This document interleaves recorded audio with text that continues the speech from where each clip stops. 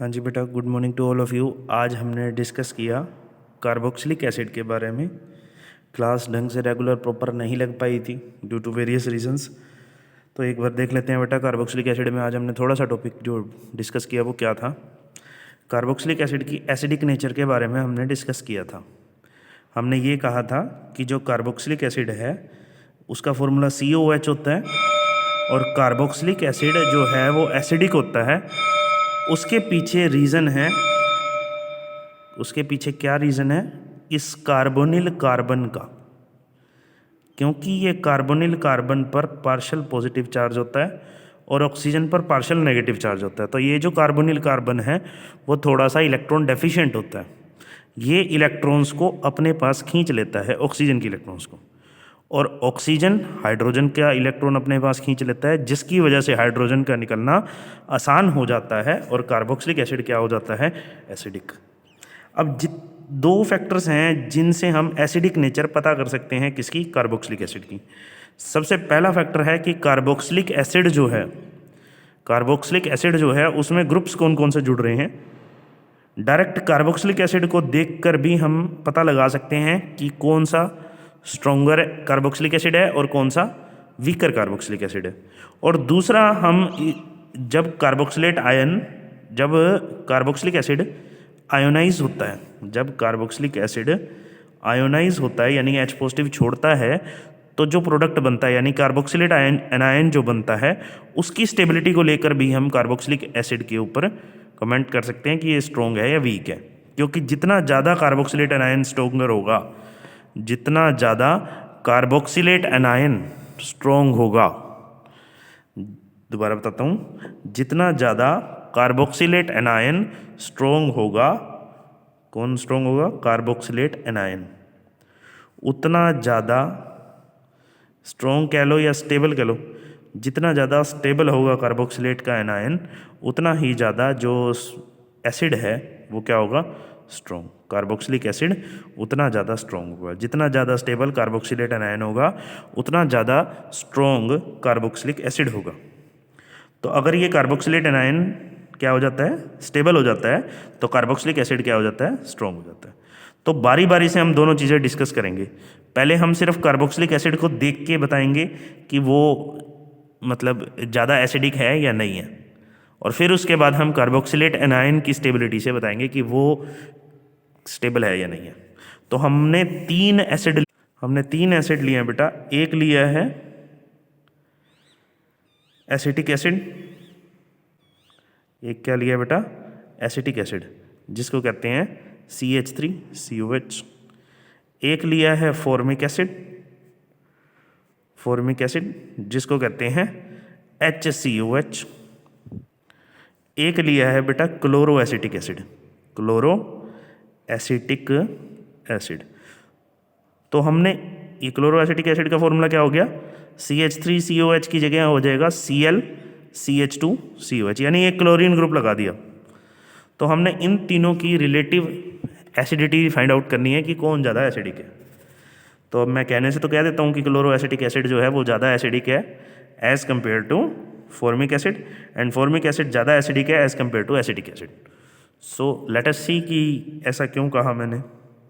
देखो बेटा, ये क्लोरो एसिटिक एसिड है और ये क्या है, एसिटिक एसिड, ये क्या है, फॉर्मिक एसिड। अब यहाँ पे अगर मैं फॉर्मिक एसिड से कंपेयर करूँ, फॉर्मिक एसिड में H लगा हुआ है पार्शियल पॉजिटिव कार्बोनिल ग्रुप के साथ। अब ये जो कार्बोनिल ग्रुप है, हाइड्रोजन का तो कोई इफेक्ट है नहीं बेटा। जो कार्बोनिल ग्रुप है वो पार्शियल पॉजिटिव है, वो इलेक्ट्रॉन्स को अपनी तरफ खींचेगा। जब वो इलेक्ट्रॉन्स को अपनी तरफ खींचेगा तो ऑक्सीजन भी खींचेगा हाइड्रोजन वाले इलेक्ट्रॉन्स को अपनी तरफ। जब ऑक्सीजन खींचेगा इलेक्ट्रॉन्स को हाइड्रोजन वाले, तो हाइड्रोजन का निकलना आसान हो जाएगा, जैसे कि अभी हमने डिस्कस किया। लेकिन अगर यहाँ पर मैं इलेक्ट्रॉन रिलीजिंग ग्रुप लगा दूँ, इलेक्ट्रॉन रिलीजिंग ग्रुप कौन से होते हैं, जो प्लस आई के जरिए इलेक्ट्रॉन्स प्रोवाइड करते हैं, जो प्लस आई के जरिए इलेक्ट्रॉन्स प्रोवाइड करते हैं।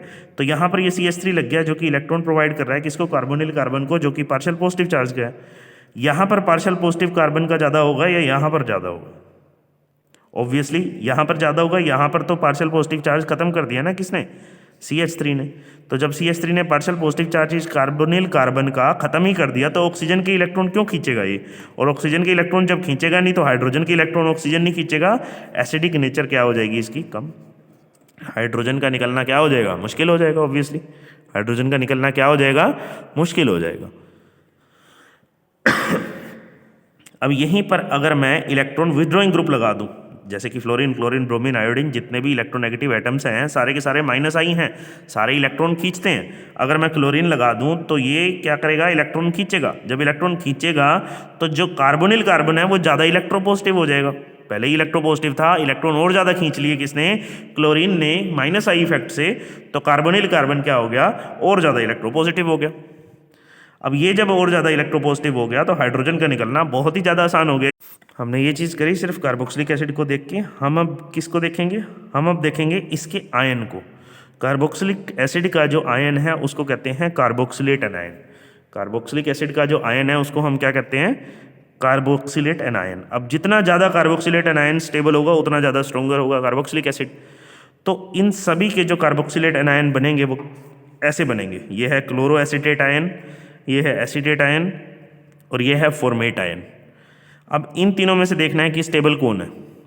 ऑब्वियसली जो इलेक्ट्रॉन विथड्रॉइंग ग्रुप है, इलेक्ट्रॉन विथड्रॉइंग ग्रुप अगर लगा होगा एसीटेट आयन पर, मतलब कार्बोक्सिलेट एनायन पर जो इलेक्ट्रॉन विथड्रॉइंग ग्रुप लगा होगा वो नेगेटिव चार्ज को अपनी तरफ खींच के डिस्पर्स कर देगा नेगेटिव चार्ज को, यानी कि उसको क्या कर देगा? स्टेबलाइज। जबकि इलेक्ट्रॉन रिलीजिंग ग्रुप इलेक्ट्रॉन दे के इंटेंसिफाई कर देगा नेगेटिव चार्ज को, यानी कि डीस्टेबलाइज कर देगा नेगेटिव चार्ज। और अगर डीस्टेबलाइज हो रहा है नेगेटिव चार्ज, यानी कि कार्बोक्सिलेट जो एनायन है, जो कार्बोक्सिलेट एनायन है ये डीस्टेबलाइज हो रहा है, तो इसका मतलब क्या है? इसका कोरस्पॉन्डिंग कार्बोक्सिलिक एसिड क्या होगा? वीक होगा। मैंने यही बात करी है कि जो सबसे ज़्यादा एसिडिक है वो कौन सा है? Chloro acetic acid. क्या है बेटा? क्लोरो एसिटिक एसिड सबसे ज़्यादा स्ट्रोंगर एसिड है, क्योंकि उसका जो क्लोरो एसीटेट आयन है वो स्टेबलाइज्ड। जितना ज़्यादा स्टेबलाइज्ड होगा कार्बोक्सिलेट एनायन उतना ज़्यादा स्ट्रोंगर कार्बोक्सिलिक एसिड होगा। तो ये स्टेबलाइज्ड है कार्बोक्सिलेट एनायन, इसीलिए ये जो कार्बोक्सिलिक एसिड है वो क्या है? ज़्यादा स्टेबल है। ये कम स्टेबलाइज्ड है। ये क्या है? कम स्टेबलाइज्ड है कार्बोक्सिलेट एनायन, इसलिए ये वीकर एसिड है। तो हमने दो तरीकों से एसिडिक नेचर को पता करा, एक तो सीधा कार्बोक्सिलिक एसिड को देख के और दूसरा उसके एनायन को देख के, मतलब उसके प्रोडक्ट को देख के कि कार्बोक्सिलेट एनायन स्टेबल है या फिर नहीं है। अगर स्टेबल होगा कार्बोक्सिलेट एनायन तो कार्बोक्सिलिक एसिड ज़्यादा एसिडिक होगा। तो बेटा सिर्फ हमने आज इतना ही करा था, एक बार आप देख जरूर लेना, एक बार नोट्स में से पढ़ना, आपको समझ आ जाएगा। सो आज के लिए इतना ही काफ़ी है। Take care.